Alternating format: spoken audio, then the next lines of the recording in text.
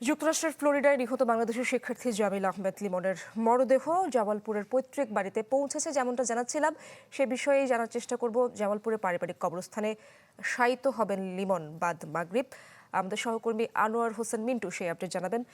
মিন্টু, জামিলের বাসার অবস্থা জানাবেন। সেখানকার যারা এলাকাবাসী রয়েছেন তারা কি বলছেন?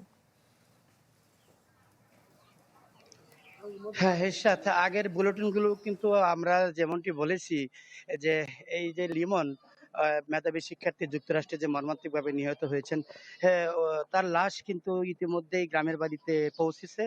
আমরা দেখতে পেরেছি ৩টা ২০ মিনিটে কিন্তু তার অ্যাম্বুলেন্স করে ওই লিমনের লাশ কিন্তু জামালপুরের মাদারগঞ্জ উপজেলার যে লালডোবা গ্রামে আছে সেই গ্রামে কিন্তু গ্রামের বাড়িতে কিন্তু লাশ গাড়ির মধ্যে গাড়িতে আপনার ফ্রেমে যদি আপনি দেখতে পান সেই মরদেহ কিন্তু আছে এবং এলাকার শত শত মানুষ কিন্তু শোকাহত মানুষ কিন্তু তাকে শেষবারের মতো দেখার জন্য বিদায় জানানোর জন্য কিন্তু বাড়িতে ভিড় জমাচ্ছে।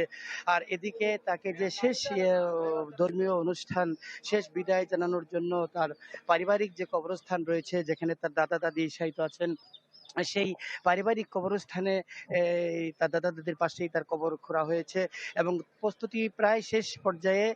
আমরা যতটা জানতে পেরেছি যে এই যে পাশেই যে জামালপুর এই লালডোবা উচ্চ বিদ্যালয় মাঠে তার জানাজা নামাজ অনুষ্ঠিত হবে বাদ মাগরিব এবং বাদ মাগরিব পরেই তাকে ওই সেই এই পারিবারিক কবরস্থানে তাকে জানাজা আহ, জানাজার পরে তাকে তার লাশ দাফন করা হবে। আমরা পরিবারের পক্ষ থেকে যেমনটি জানতে পেরেছি যে তারা দুই ভাই, এক ভাই ঢাকা মাস্টার্সে অধ্যয়নরত আছে এবং বড় ভাইয়ের এই মর্মান্তিক মৃত্যুতে কিন্তু স্বজন এবং এলাকাবাসী কিন্তু খুবই মর্মাহত। তারা কিন্তু বাংলাদেশ সরকারের মাধ্যমে যুক্তরাষ্ট্র সরকারের কাছে এই মর্মান্তিক নৃশংস হত্যাকাণ্ডের বিচার দাবি করেছেন। ঈশ্বর। ধন্যবাদ আপনাকে মিন্টু। সহকর্মী আনোয়ার হোসেন মিন্টু যুক্ত হয়েছিলেন।